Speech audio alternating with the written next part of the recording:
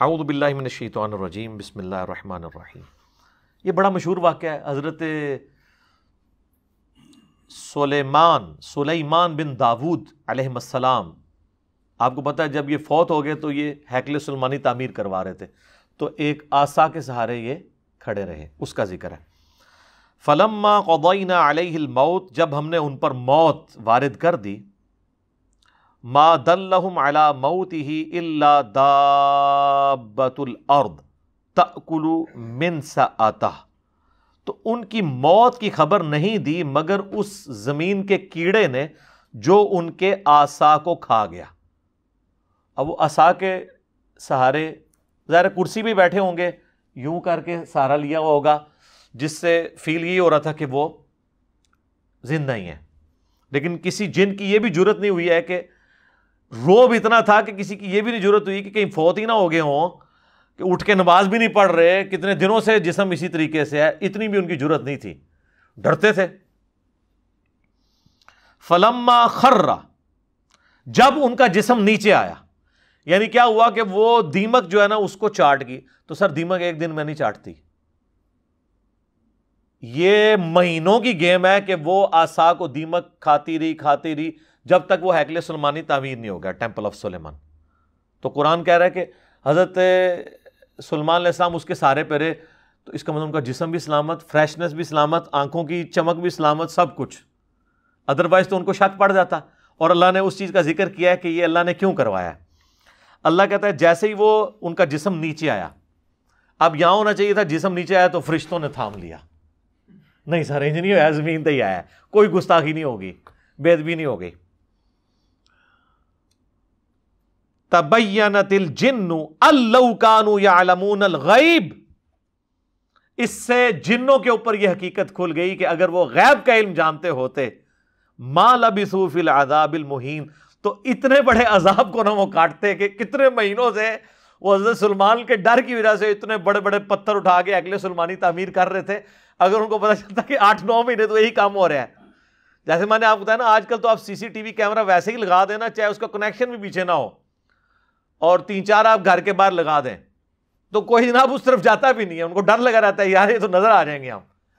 تو اللہ تعالیٰ فرمایا کہ علم غیب اگر جنوں کو ہوتا نا تو ان کو کیوں نہیں پتہ چل گیا کہ یہ فوت ہو گئے۔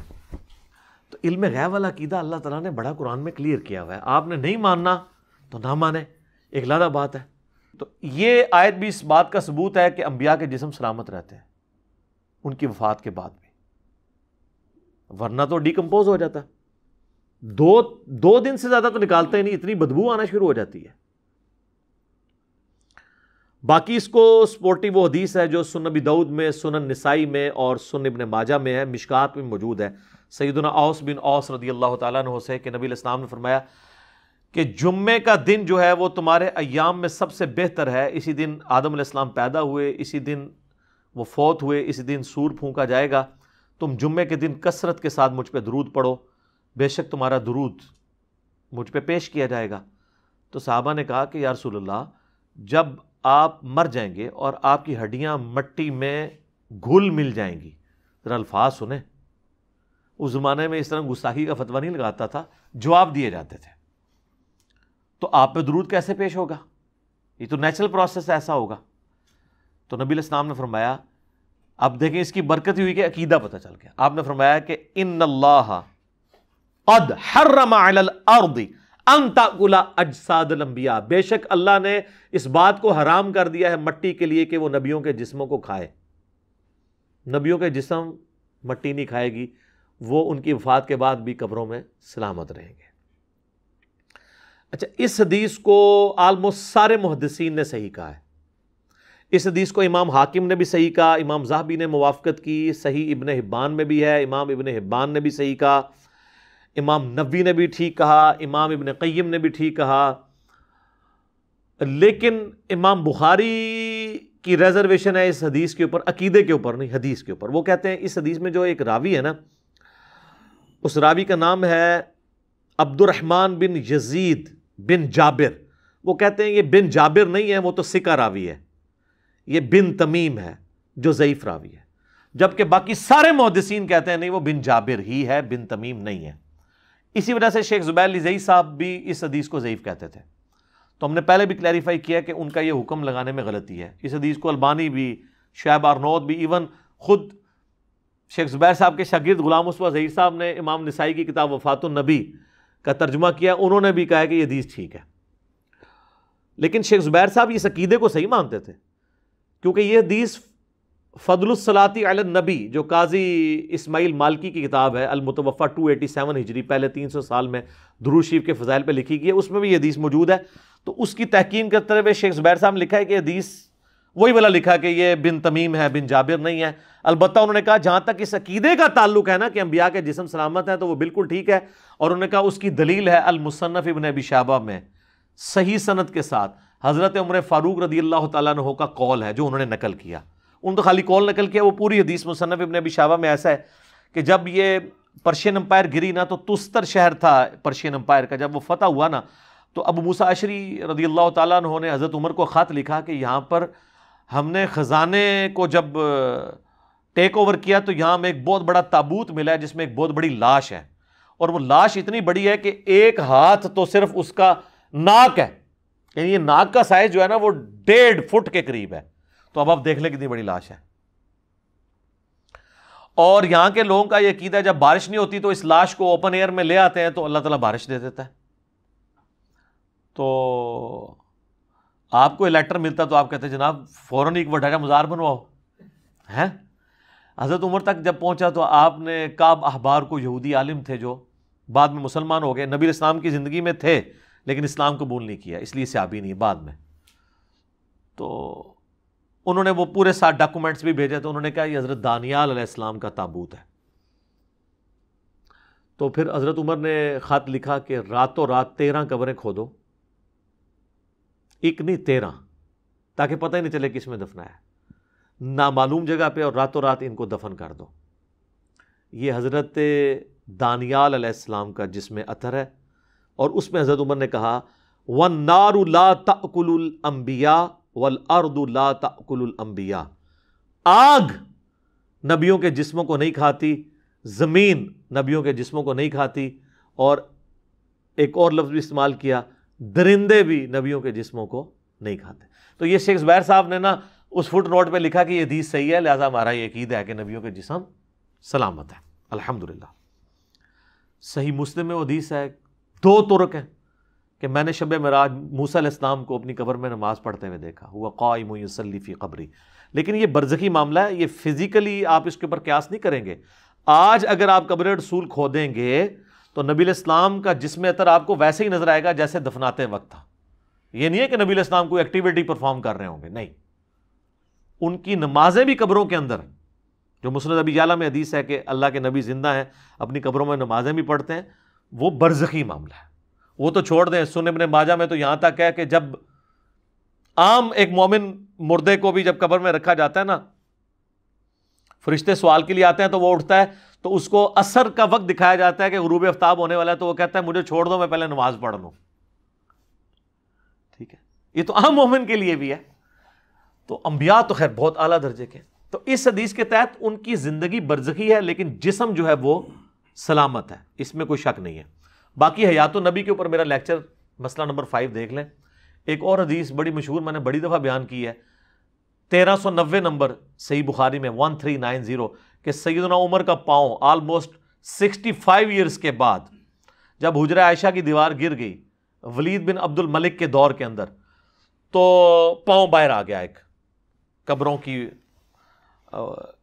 ڈسٹربنس کی وجہ سے، کیونکہ وہ امہات المومنین کے جو گھر تھے نا ان کو توڑ کے مسجد نبوی کی توسیع کر رہے تھے. عمر بن عبدالعزیز اس وقت گورنر تھے وہاں کے مکہ مدینے کے، ابھی تو خلیفہ نہیں بنے ہوئے تھے.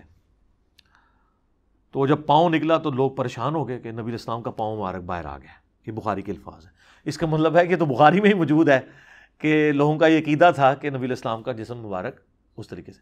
تو حضرت عروہ ابن زبیر کو، جو حضرت عائشہ کے بھانجے تھے، عبداللہ ابن زبیر صحابی کے چھوٹے بھائی اور اشرم بشرا حضرت زبیر کے بیٹے، لیکن تابعی ہیں یہ، ان کو بلایا گیا کیونکہ وہ حضرت عائشہ کے بھانجے تھے، حجرہ عائشہ میں جاتے رہتے تھے، تو ان کو قبروں کی لوکیشن پتہ تھی. انہوں نے جب دیکھا نا تو انہوں نے کہا یہ تو حضرت عمر کا پاؤں ہے، یہ نبی علیہ السلام کا پاؤں نہیں ہے.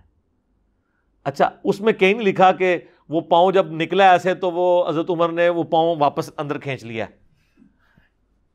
اگر وہ دنیاوی زندگی ہوتی تو جب اتنے لوگ پاؤں پہ شور مچا رہے ہیں, مطلب آپ کا اگر پاؤں ایسا باہر نکلا ہوا ہو کسی جگہ سے اور لوگ اتنا جمگٹا بنایا ہوا کہ یار یہ پاؤں تو آپ بھی اندر کر لیں گے نا.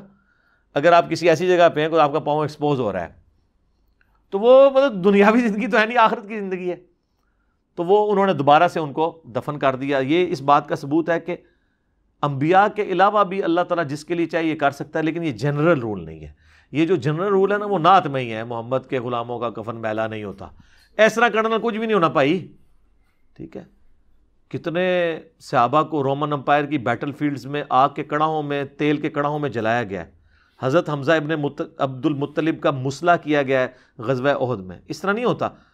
اور کسی کی اگر جسم کی حفاظت نہ ہو اس کا یہ مطلب نہیں کہ وہ بزرگ نہیں ہے, وہ اللہ کی مرضی کی اس کی حفاظت کروانی ہے.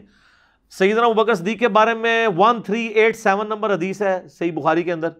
انہوں نے تو اوورال امت کو عقیدہ دے دیا ہے. اما عائشہ کو بلایا, اس پہ امام بخاری نے باب باندھا ہے سوموار کے دن کی موت کی فضیلت, کیونکہ نبی علیہ السلام سوموار کو فوت ہوئے تھے. امام بخاری نے باب باندھ کے حدیث لی ہے 1387 صحیح بخاری میں. اما عائشہ سلام اللہ علیہا کو بلایا حضرت ابوبکر نے نزا کے عالم میں, کہا کہ بیٹا نبی علیہ السلام کو کتنے کفن میں دفن کیا گیا تھا؟ انہوں نے کہا 3 کپڑوں کے اندر. تو انہوں نے بھی اپنے پرانے کپڑے کہا کہ یہ والے میرے کپڑے دھو کے نا مجھے انہی کپڑوں میں کفن دینا ہے, میرے لیے علیحدہ کفن نہ منگوانا. پھر پوچھا کہ بیٹا یہ بتاؤ کہ نبی علیہ السلام کی ڈیتھ کس دن ہوئی تھی؟ ان کا منڈے کے دن. تو انہوں نے کہا میں بھی اللہ سے امید کرتا ہوں کہ ابھی تو منڈے کا دن باقی ہے, تو رات تک میری بھی ڈیتھ ہو جائے گی. اس پہ امام بخاری نے باب باندھا ہے منڈے کے دن مرنے کی فضیلت. لیکن سر حضرت ابوبکر کو یہ فضیلت نہیں ملی. حدیث کے الفاظ ہیں کہ وہ رات میں جا کے منگل کی رات کو فوت ہوئے. ظاہر ہے منڈے کا جب دن ختم ہوگا تو منگل کی رات فوت ہو جائے گی. منگل کی رات میں فوت ہوئے اور منگل کی فجر سے پہلے ان کو راتوں رات دفنا دیا گیا. اچھا حضرت ابوبکر کا بھی اسیسمنٹ غلط نکلی کہ میں منڈے کے دن فوت ہوں گا اور فضیلت بھی نہیں ملی. تو اس میں میرا کلپ بھی تھا حضرت ابوبکر کا علم غیب, تاکہ پتہ چل جائے کہ امت کا سب تو بڑا ولی جڑا ہے. سر میں نہیں, اعلیٰ حضرت نے خود مانا ہے. ان سے جب پوچھا گیا اولیاء کا سردار کون ہے, انہوں نے شیخ عبد القادر جیلانی نہیں بتایا, انہوں نے کہا ابوبکر صدیق رضی اللہ تعالیٰ عنہ علیہ السلام. شکر الحمدللہ کہ منڈے کو فوت نہیں ہوئے. یہ ایک فضیلت نہ مل کے امت کو جو عقیدہ پہنچ گیا نا, وہ امت کی اصلاح اگر دیکھی جائے نا تو اس کی ورث زیادہ ہے ان کی اس فضیلت سے. اس ایک بندے کو فضیلت, ان کے لیے ویسے ہی فضائل بہت زیادہ ہے. قبر رسول میں 7 دفن ہے. ٹھیک ہے جی, حضور علیہ السلام کے قریبی ساتھیوں میں سے حق 4 یار میں الحمدللہ. تو یہ شکر ہے ان کو فضیلت نہیں ملی. آج ہم لوگوں کو دکھا تو سکتے ہیں نا جناب, یہ دیکھ لو علم غیب بھی, علم غیب تم نے لگایا ہوا ہے تو یہ دیکھ لو. تو اس میں آگے الفاظ ہیں, جب حضرت عائشہ نے کہا نا کفن کا, انہوں نے کہا مجھے نیا کفن نہیں دینا, مجھے پرانے کپڑے ان کو دھو دو, انہی میں دفنانا. انہوں نے کہا نیا کفن تو زندہ بندوں کی ضرورت ہے. یہ جو نیا کفن اگر کسی مردے کو پہناتے ہو نا, اور بلکہ انہوں نے تو اپنے بارے میں یہ بات کی, عاجزی ہے ان کی. ہمارا تو عقیدہ ہے ان کا جسم بھی سلامت ہے انشاءاللہ. وہ کہتے ہیں یہ تو مرنے کے بعد پیپ, خون اور گلی سڑی ہڈیوں کا حصہ بننا ہے اس کفن نے, تو کیوں نیا کفن ضائع کرتے ہو میرے اوپر. یہ انہوں نے عقیدہ دے دیا کہ یہ آپ کی جو نعت کا یہ ایک جذباتی قسم کا شعر ہے جی, میلا نہیں ہوتا. ہاں کفن میلا نہیں ہوگا اگر سائبیریا میں دفنا دیں, میں گارنٹی دیتا ہوں. اتنے کافر بھی کو دب دو نا, وہ چونکہ برف ہے 1000 سال تک بھی نہ مردہ ٹیمپر ہوگا نہ کفن میلا ہوگا. وہ ٹیمپریچر ہے نا, وہ جیسے مردہ خانوں میں آپ لکھواتے ہیں لاشیں, تو سائبیریا دے سارے ہی وہ ٹیمپریچر بلو وہ دے فریزنگ پوائنٹ دے ہوتے ہیں, تو کچھ بھی نہیں ہونا.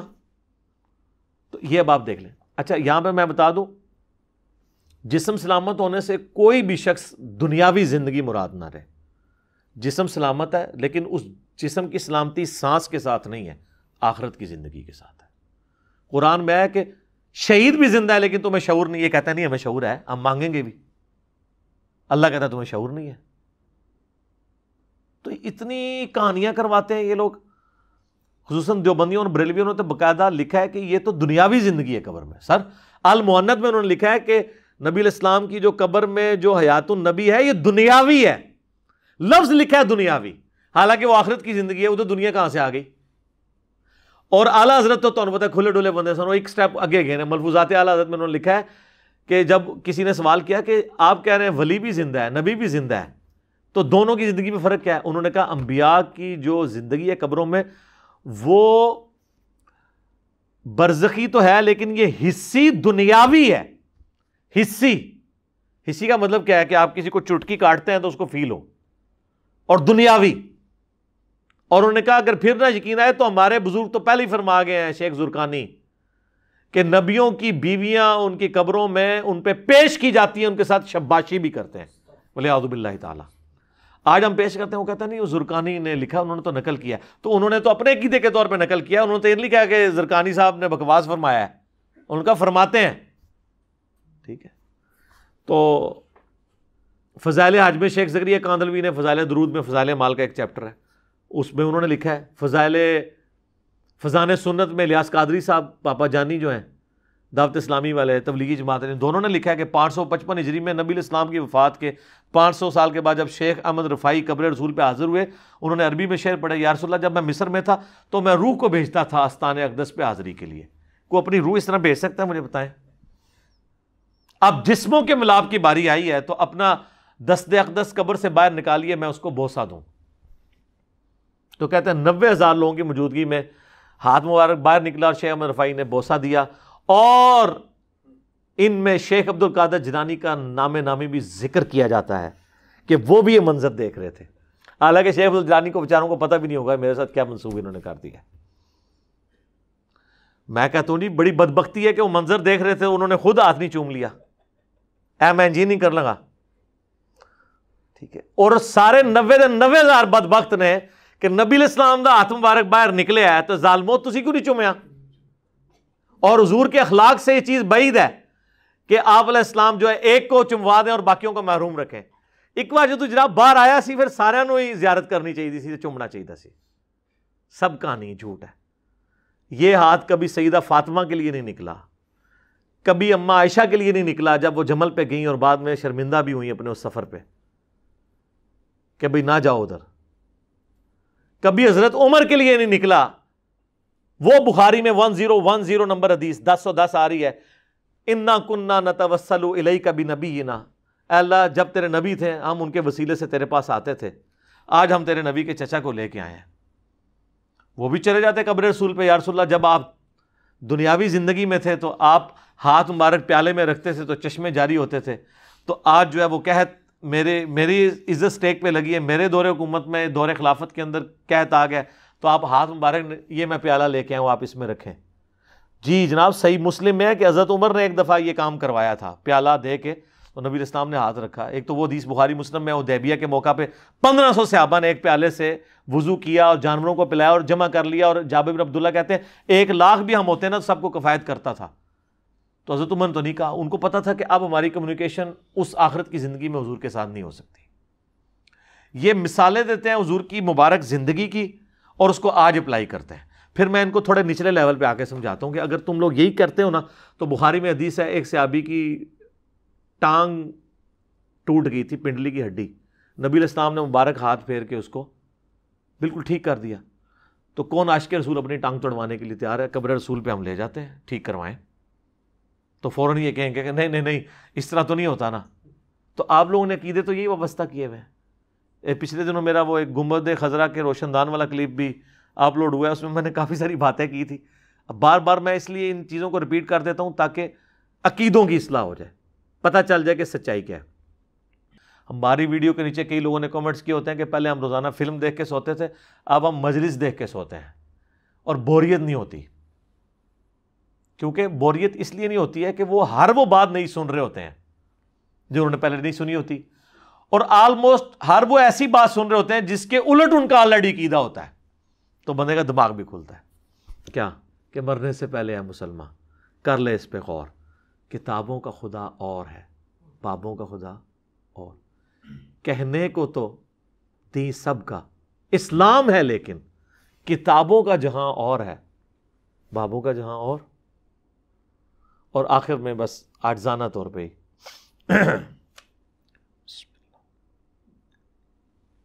کہ نہ میں وابی نہ میں بابی, میں ہوں مسلم علمی کتابی. ٹھیک ہو گیا.